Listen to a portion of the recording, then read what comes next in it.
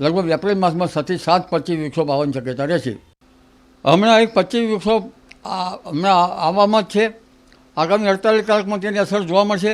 ખાસ કરીને તેની અસર પશ્ચિમ સૌરાષ્ટ્રના ભાગોમાં પહેલી જોવા મળશે. પશ્ચિમ સૌરાષ્ટ્રના ભાગોમાં દ્વારકા અને લગભગ જામનગરના ભાગો ઉપરાંત ત્યાંથી ઉત્તર સૌરાષ્ટ્રના ભાગો, રાજકોટના ઉપલા ભાગો અને કચ્છના ભાગોમાં તેની ગતિવિધિ વધારે જોવા મળશે.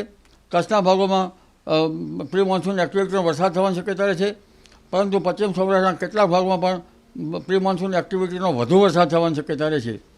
આ ઉપરાંત તારીખ 3 થી 5 કે 6માં લગભગ ઉત્તર ગુજરાતના ભાગો અને બનાસકાંઠાના ભાગો, સાબરકાંઠાના ભાગો, અરવલ્લીના ભાગોમાં પણ હવામાન પલટા છે.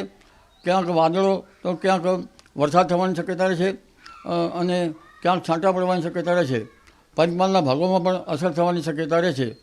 આ ઉપરાંત લગભગ દક્ષિણ ગુજરાતના ભાગોમાં પણ અસર થવાની શક્યતા રહે છે.